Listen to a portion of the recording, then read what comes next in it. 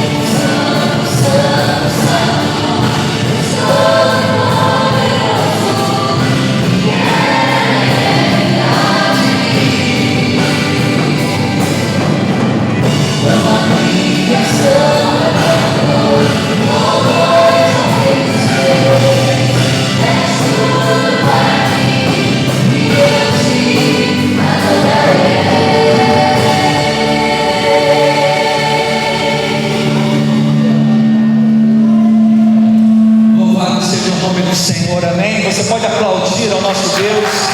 Ele é maravilhoso, Ele reina em glória, Ele é santo, Ele é digno de todo louvor, de toda a nossa adoração. Se nós passássemos aqui esse dia inteiro adorando, ainda não seria suficiente para fazer jus à sua glória. Querido, que coisa maravilhosa é nós podermos nos achegar diante dele, sabendo que o véu que separava não separa mais, e que agora você pode se achegar à presença dele, chamar de Pai. Você pode se achegar à presença dele e reconhecê-lo como seu Pai eterno. Isso é tremendo, isso é maravilhoso, isso engrandece a nossa alma. Deuteronômio capítulo 32, versículo 3 a 7 e verso 39, declara a palavra do Senhor: proclamarei o nome do Senhor, louvem a grandeza do nosso Deus. Ele é a rocha, as suas obras são perfeitas e todos os seus caminhos são justos. É Deus fiel, que não comete erros, justo e reto Ele é. Seus filhos têm agido corruptamente para com Ele, e não como filhos, que vergonha. Sua geração pervertida e transviada, é assim que retribuem ao Senhor, povo insensato e ignorante. Não é Ele o Pai de vocês, o seu Criador, que os fez e os formou? Lembrem-se dos dias passados, considerem as gerações há muito passadas. Perguntem aos seus pais, e estes lhes contarão, os seus líderes, e eles lhes explicarão. Vejam agora que eu sou o único, eu mesmo, não há Deus além de mim. Faço morrer e faço viver, ferir e curarei, e ninguém é capaz de livrar-se da minha mão. O nosso Deus é um Deus poderoso. Amém? Amém, igreja? O nosso Deus é um Deus tremendo, é o único Deus, um Deus fiel, um Deus que não comete erros. Nós é que erramos. Se alguma coisa está errada, saiba, não é com Deus, é com você, é comigo. Nós falhamos para com Ele, e o Senhor nos diz: esse Deus é o Deus que tem cuidado da nossa vida. É assim que vocês retribuem ao Senhor. A Bíblia declara como nós poderemos retribuir, como nós podemos agradecer a Deus por tanta coisa boa que tem feito na nossa vida.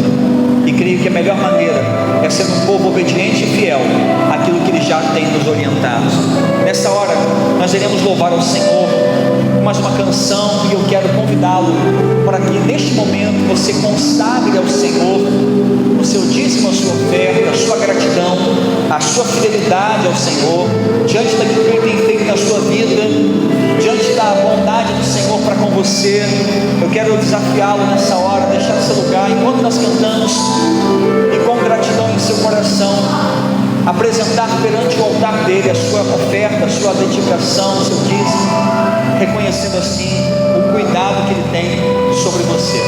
Amém? Se você parou também para hoje a entrega do alimento, pode deixar aqui à frente, certamente irá abençoar os nossos projetos sociais e abençoar vidas. Amém? Vamos louvar ao Senhor. Enquanto louvamos, vem aqui à frente com alegria e dedique.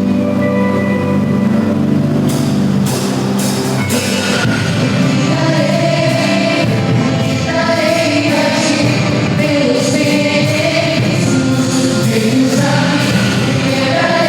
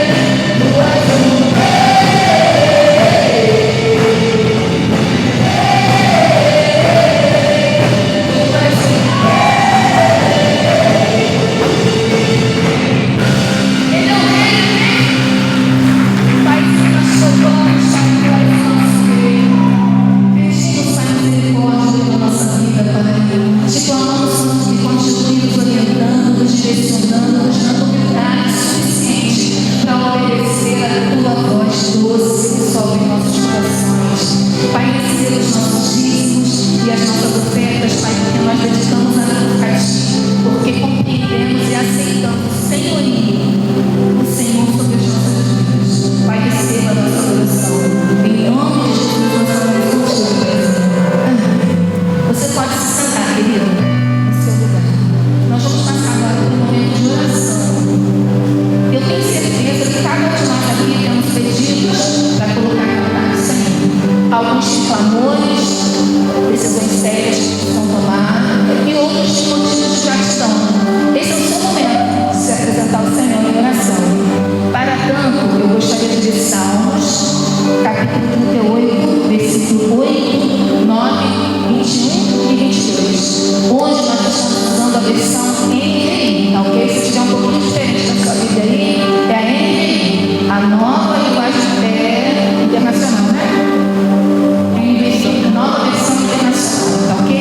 ela é mais fácil de compreender.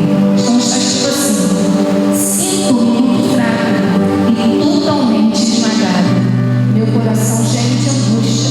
Senhor, diante de ti estão todos os meus anseios. O meu suspiro não te é oculto. Senhor, não me abandones. Não fiques longe de mim, ó meu Deus. Apressa-te em ajudar-me, Senhor, meu Salvador. Queridos, não é errado clamar, não é errado chorar, não é errado se lamentar. Só faça isso na presença do Senhor. Ele está pronto para ouvir, para recolher as suas lágrimas, para ouvir o seu pedido com carinho e atendê-lo da melhor forma, que é a vontade dele, que é perfeita. Então faça isso nesse momento. Feche seus olhos, se apresente ao Senhor, não tenha vergonha, porque Ele te conhece, Ele já sabe tudo o que você precisa. Mas não seja tímido agora. Se derrame na presença de Deus, porque Ele te ouve, Ele tem prazer em te abençoar. Ele está aqui nessa manhã. A presença dele é especial. Vai com Ele.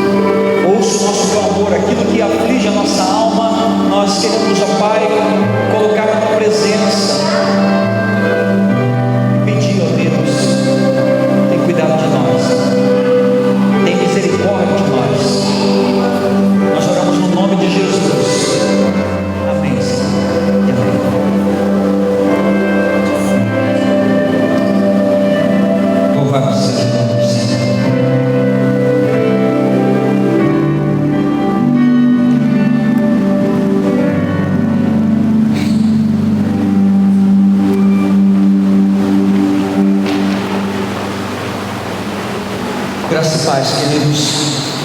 Coisa maravilhosa, né, gente? Que presença é essa, né? Que presença é essa que torna este espaço em um local de adoração? Eu digo que essa promessa se cumpre na vida da igreja quando nós obedecemos à Escritura que diz: quando houverem 2 ou 3 reunidos em meu nome, eu estarei presente. A presença dele está no meio de nós. Amém? Você está sentindo aí no seu lugar essa presença? Glória a Deus, louvado seja o nome do Senhor. Hoje eu queria trazer uma palavra e desde já alerta que faço com muita humildade, mas também reivindicando o compromisso que eu firmei há quase 20 anos atrás. Debaixo dessa palavra eu tenho caminhado no meu ministério. Prega a palavra, pregue a palavra, e hoje me cumpre pregar essa palavra. O tema da mensagem de hoje é uma pergunta: a Bíblia, a palavra de Deus, é insuficiente? A palavra de Deus é insuficiente? Conforme o tempo passa e os anos se passam, e a verdade é, embora eu não queira concordar, que a gente vai ficando velho, gente. O tempo vai passando e a gente vai ficando velho. E eu já na posição aqui de velha guarda, parece que a gente vai falando umas coisas, parece que a gente vai ficando meio profeta com o tempo. Te fala umas coisas e torce para não acontecer, mas acontece. E eu me lembro que alguns domingos atrás aqui eu conversei com você e disse assim: olha, lembra que eu falo há muitos anos na Vida da Vila, dizendo: olha, vai chegar o tempo em que nós não teremos mais essa liberdade toda para pregar como nós tínhamos no passado. E eu falava: gente, aproveita o dia de hoje, aproveita que nada nos impede de sair do templo e ir para a praça pregar, nada nos impede de sair daqui do templo e no meio do carnaval pregar, nada nos impede. Mas eu disse: chegará o tempo que nos será tirada essa liberdade. Nós vivemos esse tempo. Nós vivemos esse tempo. Mas eu também me lembro que falo desde que a Vila Capra existe, desde que essa igreja existe, eu também falo o seguinte: falo assim, gente, o meu compromisso é com a Bíblia. Eu creio que a Bíblia, ela é a palavra de Deus, amém? Você crê também? Meu compromisso é com a Bíblia. E eu falava assim: se chegar um tempo em que a Igreja Batista decida não seguir mais a Bíblia ou mudar a Bíblia, eu dou um tchau, um grande tchau para a Igreja Batista e sigo fiel à palavra, ainda que para isso tem que pagar um preço alto. Pois bem, a gente fica velho e as palavras se cumprem, né? Mais uma se cumpre. Na última semana, um pastor batista de grande renome no Brasil, ele, em uma das suas pregações, que essa semana tem sido grande tema das redes sociais, ele declarou que a Bíblia é insuficiente. Ele declarou que a Bíblia precisa ser atualizada e que é um absurdo nós condenarmos as pessoas para o inferno, em especial ele se referia a grupos homossexuais. É um absurdo condená-los ao inferno por causa de 2 ou 3 passagens bíblicas. 2 ou 3 passagens, então é melhor que tire da Bíblia e não cause mais esse embaraço todo. E essa afirmação, gente, dele vem dentro de um contexto maior, vem dentro de um contexto chamado liberalismo teológico. E o que é isso, pastor? O que é liberalismo teológico? É uma linha de pensamento que tem como propósito relativizar a fé, enfraquecer a doutrina da inerrância da Bíblia e olhar com um olhar mais científico, digamos assim, para aquilo que nós consideramos um milagre e intervenção sobrenatural de Deus. E aqui, gente, entra uma questão muito complexa, uma questão muito difícil, porque como poderíamos atualizar a Bíblia? Como nós poderíamos atualizar a Bíblia? Se você já leu a Bíblia, se você tem conhecimento dela, você sabe que a Bíblia, ela tem história, a Bíblia tem contextos históricos, a Bíblia tem poesia, a Bíblia tem profecias. Como que eu posso atualizar as histórias? É possível? Sabe que eu posso atualizar as profecias, uma vez que muitas delas já se cumpriram e outras se cumprem em nosso tempo? Ou então só me resta o quê? Atualizar as doutrinas. É sobre isso que esse pastor se refere. Vamos atualizar as doutrinas de Jesus. Essa semana um amigo que já caminhou com a gente, frequentou aqui nossa igreja, ele me perguntou muito sabiamente, deve estar assistindo essa mensagem agora, e perguntou muito sabiamente acerca desse tema, dizendo o seguinte: pastor, a Bíblia no Antigo Testamento não dizia que a mulher adúltera deveria ser apedrejada? Sim, dizia. E Jesus não veio e atualizou a Escritura Sagrada, mostrando a superioridade do amor e do perdão? Então, de fato, houve uma atualização das Escrituras. E por que não agora? E eu respondi da seguinte maneira: a pergunta é excelente, porque a pergunta já contém a sua resposta. A pergunta já vem junto com a resposta, porque pontua precisamente o cerne da conversa. Jesus veio e atualizou a Escritura, mostrando o caminho da graça ao invés das obras, mostrando o caminho do amor ao invés do caminho do olho por olho, do dente por dente. Jesus veio como Filho de Deus, morreu na cruz para nos dar acesso a esse novo e vivo caminho. Ele foi o único que cumpriu a lei e por isso o único que tem autoridade para atualizá-la. A minha pergunta é: nós seguimos ao judaísmo ou seguimos ao cristianismo? Nós seguimos a Cristo, amém? Nós seguimos a Cristo.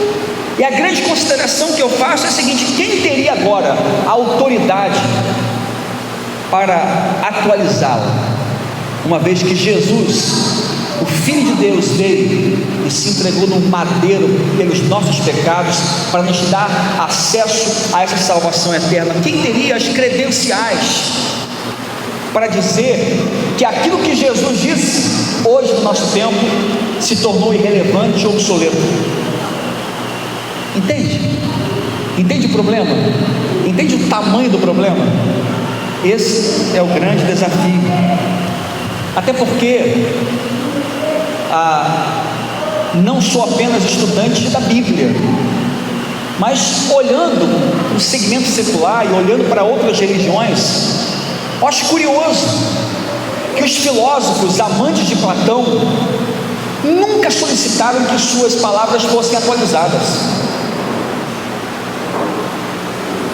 Os muçulmanos, que seguem fielmente a escritura de Maomé, nunca solicitaram que suas escrituras fossem atualizadas.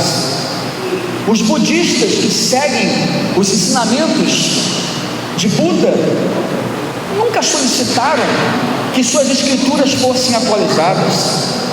Mas me parece que esse pastor, e de certa maneira acho que até o Santíssimo Papa, se é que me permite colocar asteriscos e parênteses nessa santíssima aí, acham que as doutrinas de Jesus estão fora de moda, obsoletas e que precisam ser atualizadas. Será, irmãos, que o livro mais importante da história da humanidade precisa de atualização?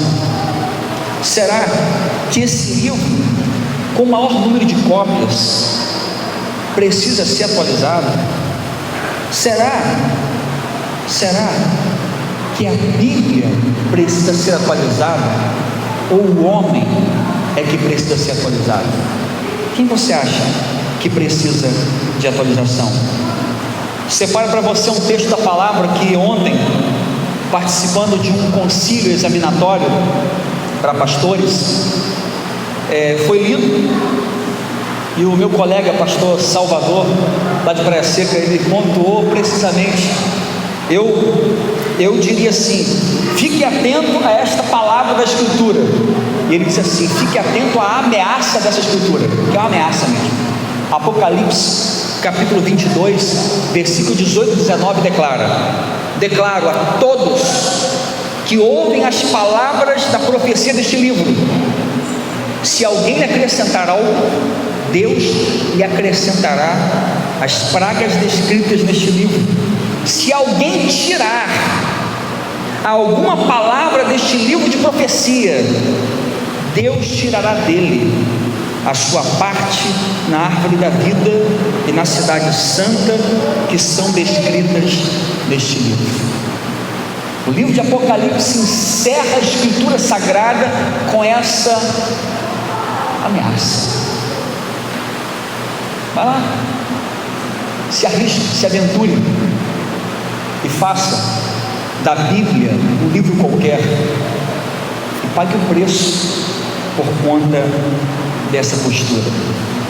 Irmãos, nós podemos, sim, podemos e devemos atualizar a proclamação da mensagem. Vocês sabem disso. Eu tento ao máximo facilitar a compreensão da mensagem para que chegue ao ouvinte de maneira clara, mas eu não posso atualizar a palavra, não posso atualizar a mensagem. A mensagem, ela é imutável, a mensagem, ela é perfeita. Eu não preciso ajustar a Bíblia para torná-la adocicada aos ouvidos do homem. É o homem que precisa se ajustar a essa palavra. E é interessante que quando um perito ele vai estudar, por exemplo, uma nota para descobrir se a nota é falsa, esse perito ele não se detém a estudar a nota falsa, porque a nota falsa existem inúmeros modelos, inúmeras maneiras de fabricá-la. O perito estuda a nota verdadeira, ele se detém na nota verdadeira, e é exatamente o que eu pretendo fazer nessa oportunidade. Eu não quero deter ou perder meu tempo estudando aquilo que é falso, ou investindo o seu tempo, o nosso tempo, naquilo que é mais um ataque à inerrância da Escritura. Eu prefiro olhar para o poder, para a autoridade que esse livro tem, que essa palavra tem sobre a nossa vida. A Bíblia, ela é a palavra de Deus. E você sabe que dia foi o dia de ontem? Você sabe? Hein? Halloween, gente, não é verdade? Dia das bruxas, não é isso? O nome de Jesus está repreendido, gente. É um absurdo um cristão, um evangélico, falar que está tranquilo comemorar o dia das bruxas. Você tem que ser muito inocente para achar que é coincidência colocarem o dia das bruxas exatamente no dia 31 de outubro, que é o dia da reforma protestante. É o dia onde o mundo decidiu, diante dos disparates, dos absurdos cometidos pela igreja romana, a igreja lá atrás, no século XVI, decidiu: não, nós não queremos mais isso, nós queremos voltar à Escritura, queremos ser fiéis à Escritura. Por isso, o sola Escritura, somente a palavra, somente a Bíblia. E uma infelicidade é nessa semana em que nós comemoramos 503 anos da Reforma Protestante, temos que subir ao púlpito para relembrar aquilo que é óbvio: a palavra de Deus é perfeita, a palavra de Deus é maravilhosa, e nós precisamos ouvir a sua voz. Salmo 119, versículo 5 declara: lâmpada para os meus pés é a tua palavra e luz para para o meu caminho. Querido, essa humanidade tem andado em trevas porque não se submete a essa palavra, porque não conhece essa palavra, porque quer ajustá-la a seu bel prazer. A questão é que a Bíblia, como palavra de Deus, ela incomoda as pessoas. A Bíblia incomoda com as suas exigências morais e espirituais. Não dá para você ler este livro, ler esta palavra e achar que dá para viver de qualquer jeito. Você precisa se ajustar, você precisa se regenerar, você precisa mudar o seu caminho. Isso incomoda, isso incomoda. A Bíblia, ela pede definição das pessoas, tomada de posição, postura. A Bíblia, ela é simultaneamente uma carta de amor, mas também um ultimato da parte de Deus. Declara que nos ama, nos chama a mudar de vida. Hoje as pessoas querem promessas, não querem correção, não querem mais correção. Uma frase que eu gosto muito diz assim: o que me incomoda na Bíblia não são as passagens que eu não entendo, mas sim as que eu leio, entendo e não pratico. Irmãos, precisamos voltar para esta palavra. Por quê? Porque a Bíblia, ela é a verdadeira palavra de Deus. A Bíblia, ela é a palavra de Deus. Eu queria que você abrisse comigo 2 Timóteo. Se puder só fazer essa gentileza aqui, 2 Timóteo 3, 16 e 17. 2 Timóteo 3, 16 e 17. Nós vamos ler juntos. Vamos ler? Vamos lá? Toda Escritura é inspirada por Deus e útil para ensino, para repreensão, para a correção e para a instrução na justiça, para que o homem de Deus seja apto e plenamente preparado para toda boa obra. Toda a Escritura é inspirada por Deus. Pastor, nós batistas, nós cremos que a Bíblia, ela é a palavra de Deus ou ela contém a palavra? Porque existem grupos religiosos que declaram que a Bíblia contém, ou seja, eu tenho que fazer um filtro na Bíblia para saber aquilo que é a palavra de Deus e aquilo que não é a palavra. Nós cremos que a Bíblia, ela é a palavra de Deus. Por quê? Porque ela diz isso. Porque a própria Bíblia advoga sobre si essa autoridade. Toda a Escritura, ela é inspirada por Deus. Eu não sei você, mas às vezes eu abro a Bíblia, irmãos, em textos que você olha na primeira leitura, você não percebe nada, mas às vezes dali sai uma palavra abençoadora para a sua vida. Por quê? Porque a Bíblia, ela é a verdadeira palavra de Deus. Irmãos, você se estudar um pouco da história, eu até desafio você a fazer isso. Estude um pouco da história e você verá que este livro aqui, é o livro mais perseguido da história da humanidade. Governos se levantaram, poderes, impérios se levantaram para destruir essa palavra. Este livro já foi queimado em praça pública. Este livro foi proibido de ser lido. E ainda assim continua existindo por séculos e séculos, enquanto os seus inimigos perecem. A Bíblia, irmão, a Bíblia, ela é maravilhosa. A Bíblia é maravilhosa. A Bíblia é o único livro que transforma as vidas, nações, povos. Você não tem um encontro transformador e regenerador lendo uma obra de Machado de Assis. Você pode sim ler um livro e o livro, poxa, que livro bacana, que livro abençoador, mas você lê uma vez e acabou. Você lê uma vez e acabou. Você não precisa ficar lendo para sempre. Este livro, toda vez que você o abre, ele transforma a sua vida, ele abençoa a sua vida. Não sei se você teve a experiência de abrir essa palavra, irmão, e parecer que a palavra é especialmente para você, com o nome, CPF, data de nascimento, para você, para o seu momento. Por quê? Porque esse livro é a palavra de Deus. Ela é a palavra de Deus. A Bíblia, ela é real. ela é atual. Hebreus capítulo 4, versículo 12 declara: porque a palavra de Deus é viva e eficaz, e mais afiada que qualquer espada de 2 gumes.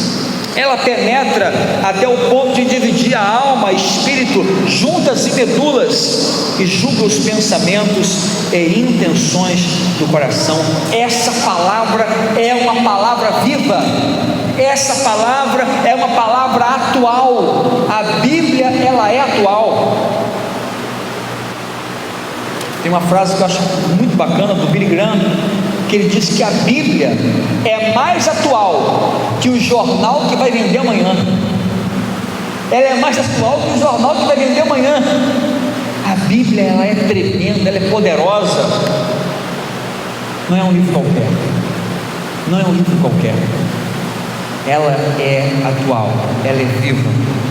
A Bíblia, ela é a revelação da vontade de Deus. Na Bíblia você encontra aquilo que Deus quer que você faça, bem como aquilo que Ele não quer que você faça. A Bíblia contém as promessas de Deus para abençoar a sua vida, mas também contém ordenanças, mandamentos, proibições. Na nossa geração que não gosta muito de ouvir isso, a Bíblia tem reivindicações sérias para a sua vida. A Bíblia declara muito claramente para nós o destino eterno daqueles que desobedecem o livro desta lei: é inferno. Que isso, pastor? Vamos ser elevados espiritualmente? Vamos ser elevados espiritualmente? Esse negócio de inferno não existe. Você apostaria a sua alma eterna? Você aposta a sua alma eterna que não existe? Você está disposto a pagar um preço tão alto?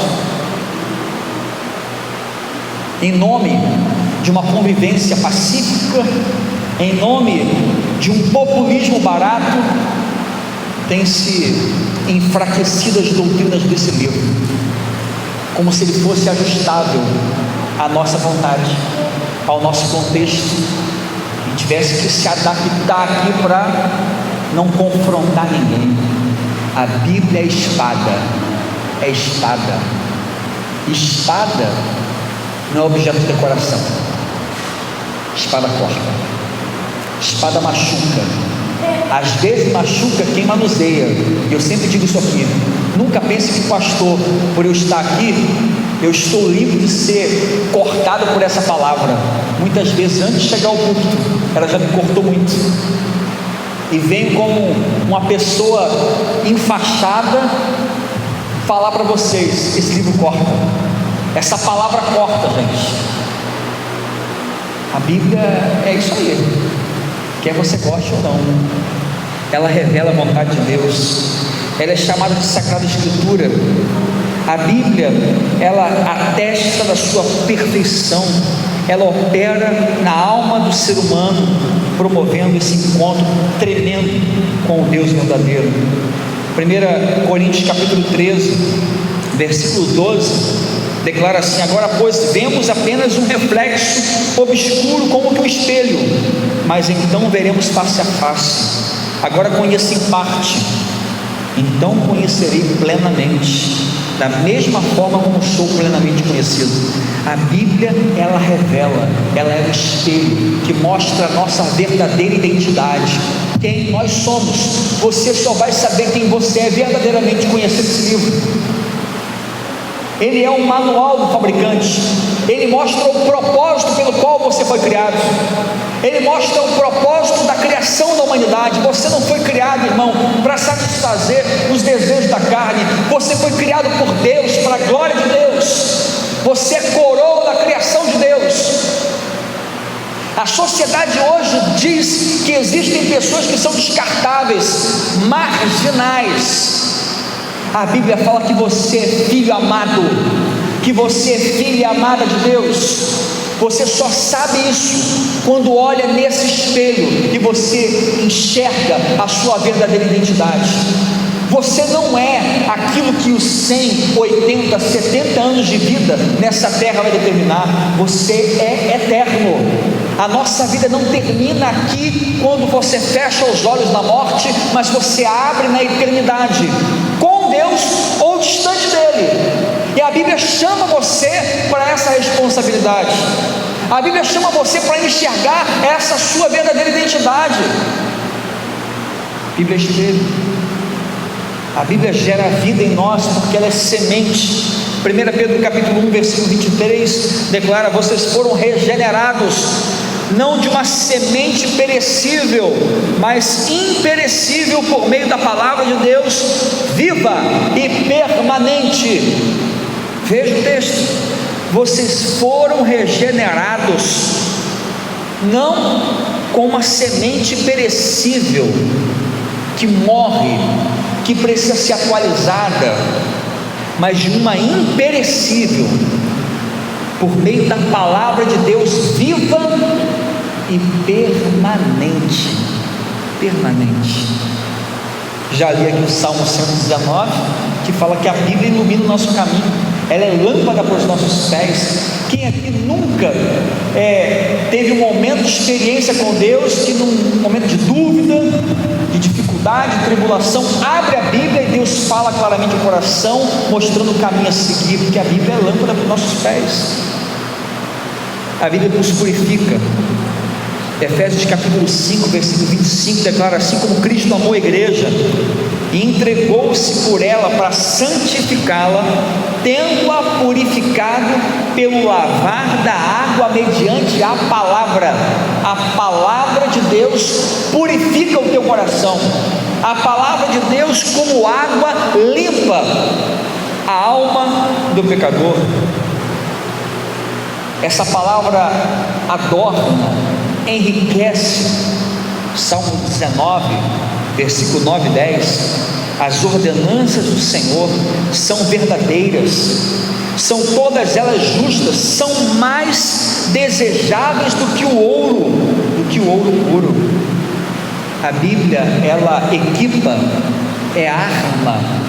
Efésios capítulo 6, versículo 17: use o capacete da salvação e a espada do Espírito, que é a palavra de Deus.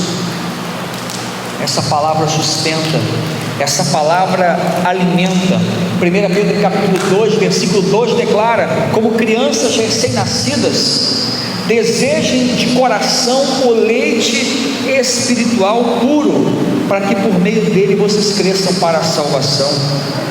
Irmãos, a Bíblia, ela é completa, ela é perfeita.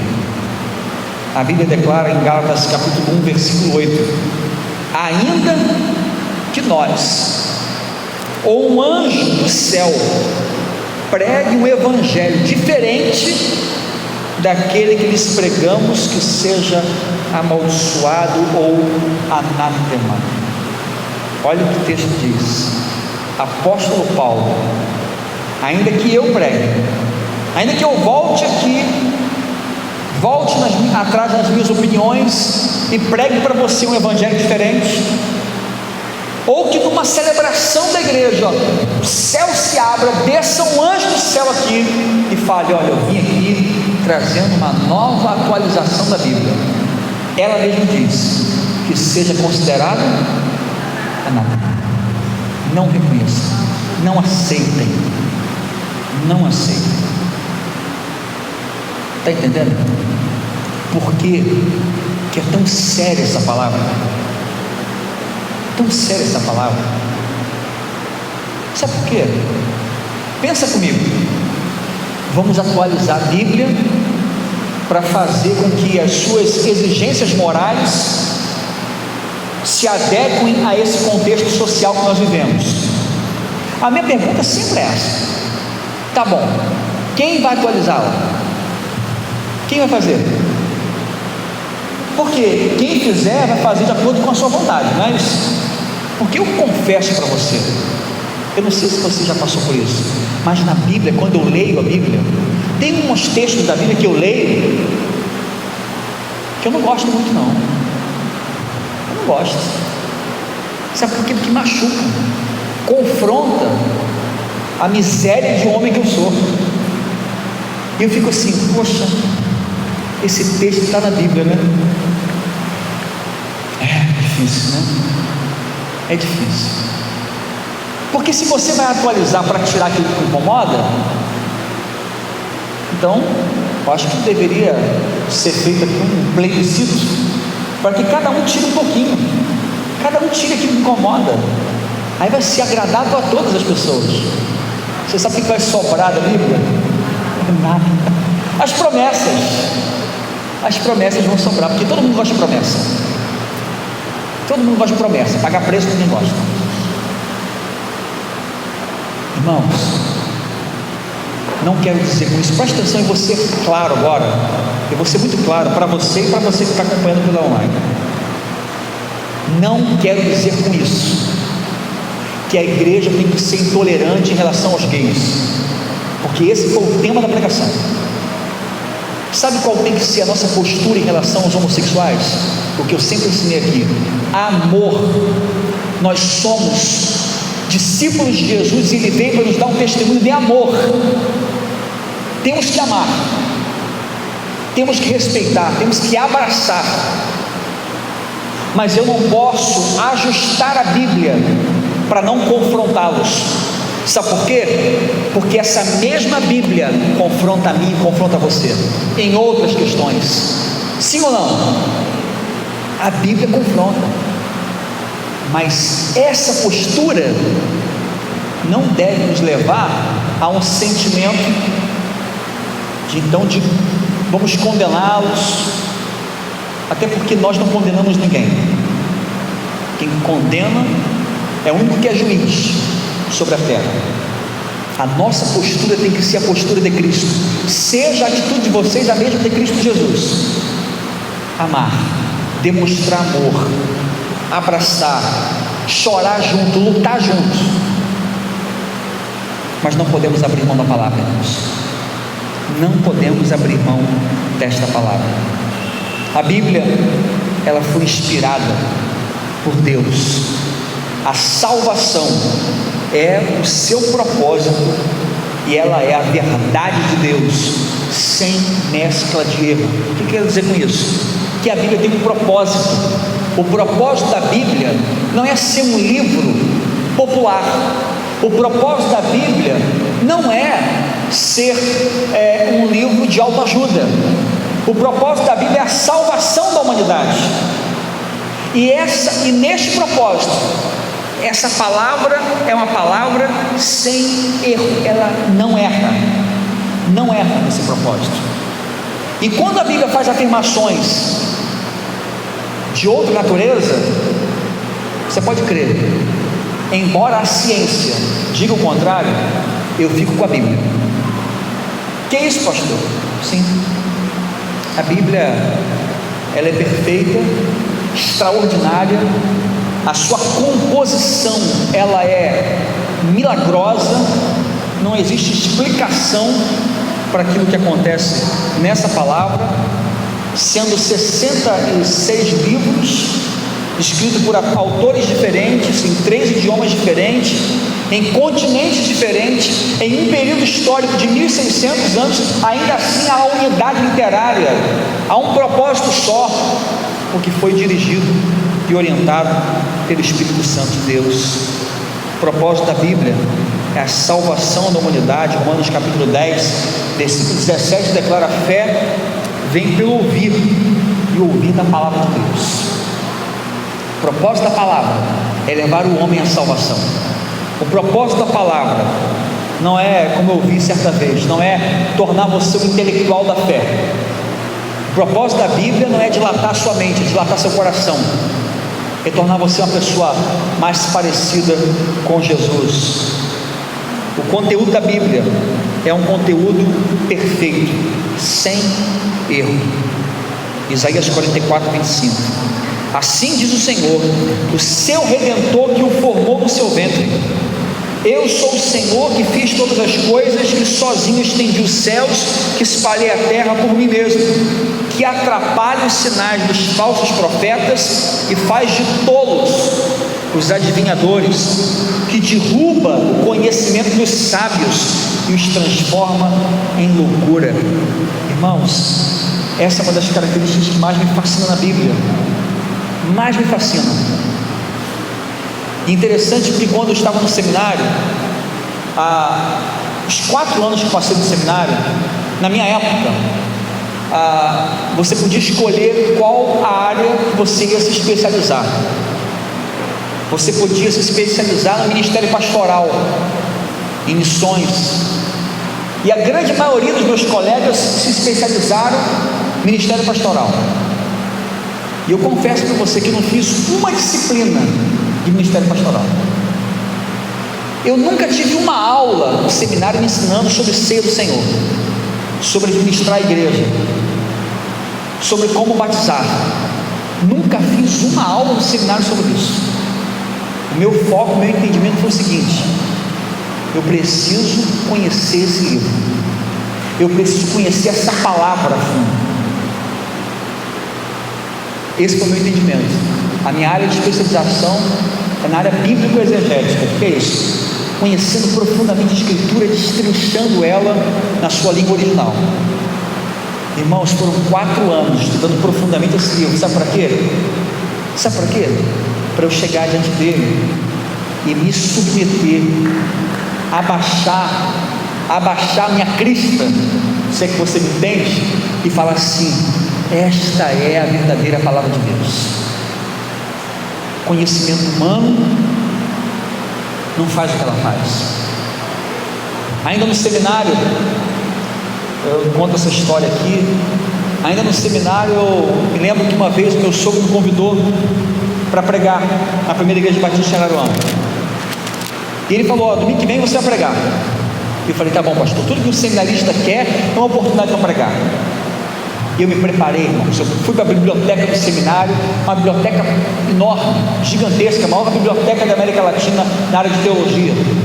E eu pesquisei, eu estudei, irmãos. Eu peguei o texto bíblico, eu traduzi do hebraico para o português. Eu fiz uma pregação, irmãos, que eu olhava uma pregação e falava assim: nossa, sou muito bom. Você é um pastor daqueles. Que pregação é essa? Hein? Que palavra, olha, cheio de hebraico, hein, Paulo? Cheio de citação de teólogo. Preparei, imprimi, coloquei na minha Bíblia e vim na sexta-feira para Araruama, todo prosa. Onde eu pregar, eu vou arrebentar a boca do balão. Quando chega o sábado, meu sogro fala assim: ó, aproveita que você vai pregar de manhã, prega à noite também. Eu falei: misericórdia, como é que eu vou fazer agora? Porque eu não tenho os livros de teologia. Cadê os livros de teologia? Estão lá no seminário, no Rio. Cadê os livros de hermenêutica para eu fazer a exegese do texto? Não tem. Só tem a Bíblia. E eu cheguei em casa, irmãos, de sábado para domingo, para preparar a mensagem. E eu fui para o joelho, abri a Bíblia e fui para o joelho. Falei: Senhor, tem misericórdia de mim, porque eu não tenho um livro de exegese comigo, eu não tenho um livro de teólogo comigo, só tenho esse livro aqui. Então fala comigo. E eu orei, Deus me deu a mensagem, eu anotei lá alguma coisa, um lápis, um papel, e olhei para aquela folha escrita a lápis e disse assim: não chega perto dessa outra mensagem que eu preparei, não chega nem perto, não chega nem aos pés, não tem uma citação, eu não falo nenhuma língua estranha no meio, né, um hebraico, um grego assim, para mostrar o conhecimento, não tem nada, eu só tenho a misericórdia de Deus. Não peguei. E irmãos, você sabe que essa cabeça aqui não é enfeite, né? Aqui tem cérebro, cabeção, né? Eu tive uma estratégia muito criativa. Sabe o que eu pensei? Vou pregar de manhã e de noite. Se eu pregar a mensagem ruim, aquela do papel que eu escrevi na hora, se eu pregar de manhã, ninguém volta à noite. E pastor tem essas ideias, gente. Pastor tem essas ideias. Você acha que pastor é pecador? Eu pensei: já sei, eu vou pregar a mensagem boa de manhã, e todo mundo vai ficar animado, assim: gente, se ele pregou assim de manhã, de noite então vai ser melhor ainda, porque aí o pessoal vem de manhã e volta à noite. E eu fiz assim, de manhã eu preguei a mensagem cheia de grego, de hebraico, de teólogo para lá, teólogo para cá. Acabou a pregação, eu fiz apelo, ninguém à frente, todo mundo olhava na minha cara assim, tipo, o que esse cara falou? Eu não entendi nada, eu não entendi nada. E aí, irmãos, eu fui para casa nesse período da tarde e fiquei, Senhor, tem misericórdia. A mensagem boa eu preguei, ninguém se converteu. Quando eu pregar ruim, eles vão me expulsar do seminário, eles vão trancar a matrícula. Irmãos, eu subi naquele púlpito, cabeça baixa, e preguei a mensagem, fiz apelo, e para minha surpresa, uma quantidade muito grande de pessoas à frente, chorando, entregando a vida a Cristo. Ali, no meu segundo ano de seminário,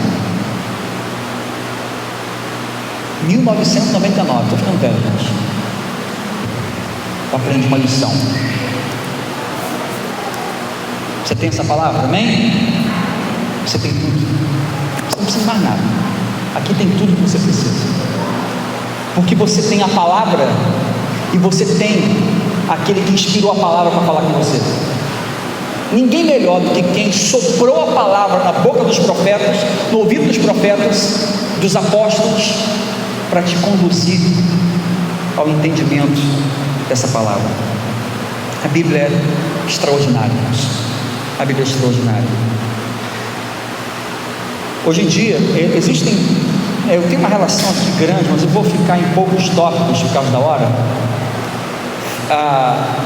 A Bíblia, quando faz alguma citação científica, ainda que você diga assim, pastor, mas isso aqui não concorda com a ciência, espera para você ver como as coisas vão acabar levando a comprovar que a Bíblia está certa. Isaías 40, 22 é um texto que eu mais gosto. Diz assim: Ele, Deus, é o que está assentado sobre a redondeza da terra. Aí você me diria assim, pastor, mas o que tem de mais isso? Todo mundo sabe que a terra é redonda. Bem, eu não sei se você está por dentro, mas está crescendo muito no mundo um grupo de pessoas chamado terraplanistas, que acreditam que a terra é plana. E em 700 antes de Cristo, olha só quanto eu estou falando, gente, 2.700 anos atrás, a perspectiva que as pessoas tinham científica era essa, que a terra era plana. Vem o profeta Isaías e declara: Ele, Deus, é o que se assenta sobre a redondeza da terra. Como que Isaías, gente, poderia ter essa percepção científica? Como? Ele tinha os instrumentos modernos que nós temos hoje? Não, mas o Espírito que inspirou a palavra disse para ele: coloca a redondeza. E não adianta você falar para mim assim, não pastor, mas aqui alguém deve ter atualizado a Bíblia. Nós temos os manuscritos do Qumran, datados do 1º século, que nesses manuscritos declaram redondeza, abóboda. Querido, esse livro, só quem via lá de cima é que podia ter dito isso. Jó, capítulo 26, versículo 7: E suspende a terra sobre o nada. Você sabe quando foi escrito o livro de Jó? É o primeiro livro da Bíblia, não é Gênesis. A Bíblia não está organizada cronologicamente. Jó é o livro mais antigo da Bíblia, possivelmente datado de 3.500 anos, e fala: olha, esse Deus é o Deus que sustenta a terra, sustenta sobre o nada. Irmãos, a mentalidade que se tinha no tempo de Jesus é que a terra era sustentada por um Deus chamado Atlas. Ele segurava.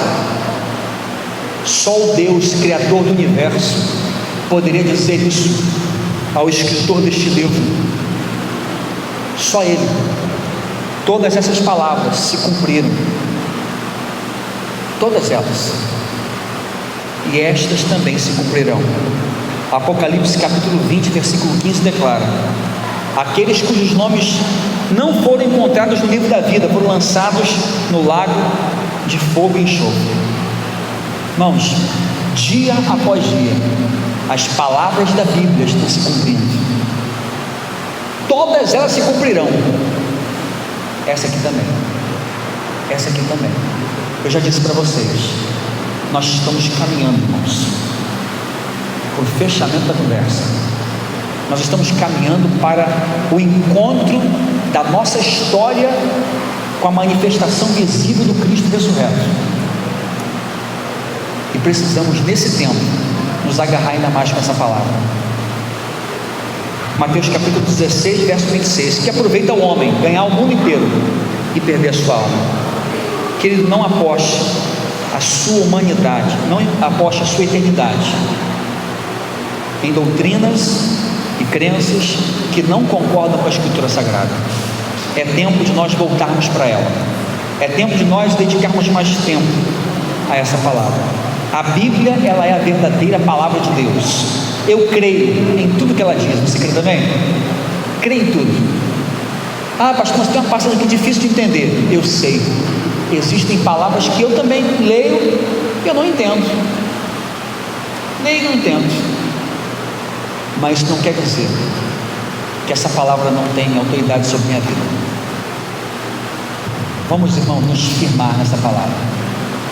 A nossa igreja é uma igreja que declara ser a Bíblia o nosso único livro de regra, fé e prática. Eu sempre digo assim aqui na igreja: irmão, está na Bíblia? Tá, eu creio. Não está na Bíblia? Eu tenho o direito de não acreditar. Eu tenho o direito de optar, eu posso optar. Mas tudo que está aqui, eu creio de todo o meu coração. E desafio você a fazer o mesmo, a renovar nesse dia de hoje a sua total confiança e obediência a essa palavra. A obediência a essa palavra.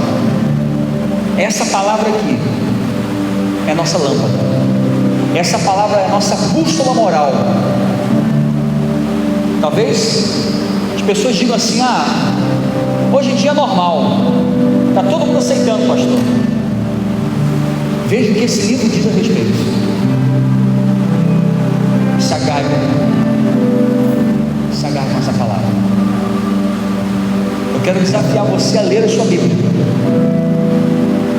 Eu desafio você que está aqui nessa manhã, você que está ouvindo na sua casa, a fazer o seu momento devocional, a fazer a sua oração com simplicidade, e abra este livro, e veja como que o Espírito Santo não vai falar com você. Sabe por quê? Porque não se trata de um livro qualquer. Sim, papel, emborrachado, mas o que está aqui dentro é espírito e vida. E se você abrir o seu coração, você vai ser abençoado e transformado por essa palavra. Faça isso lá na sua casa. Separe um dia, faça uma oração e diga assim: Senhor, Espírito Santo, que inspirou essa palavra, eu quero ouvir a tua voz. Eu quero ouvir a tua voz. E abra.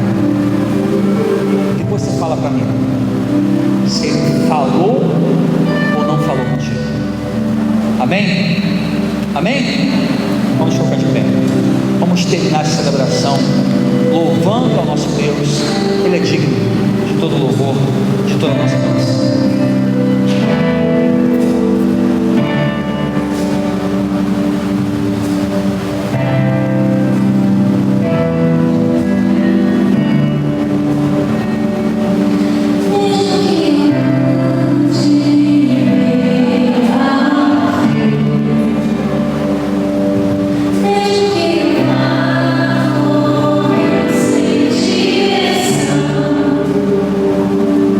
Deixa que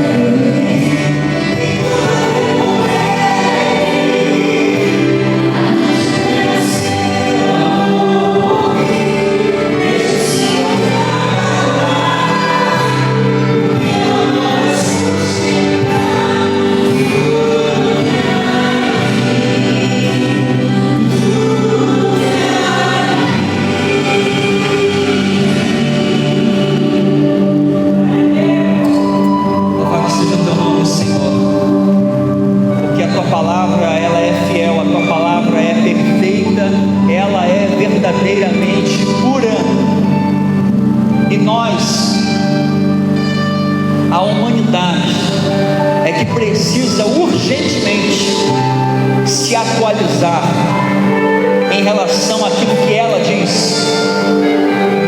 Estamos vendo em nossos dias o cumprimento das profecias da palavra, e precisamos, quanto antes, ouvir das palavras deste livro da tua lei, ainda que difícil, ainda que nos confronte, ainda que nos desafie. Senhor, somos nós que precisamos mudar. Dá-nos paixão pela tua palavra, dá-nos sede por esta palavra, ó Deus, que possamos mais uma vez voltar à fonte da nossa autoridade, que é esta palavra, que possamos ser chamados como eram chamados os cristãos de antigamente, o povo da Bíblia. Renova em nós, ó Deus, o amor por essa palavra. Isso é tudo que nós precisamos. Pai eterno, nos abençoe, nos abençoe. É a nossa oração no nome de Jesus. Amém e amém. Que Deus te abençoe. Vá em paz. Tenha uma semana próspera, cheia da graça de Deus. E fica para você o desafio: abra a sua Bíblia, abra a sua Bíblia. Ela vai falar com você, Deus vai falar com você.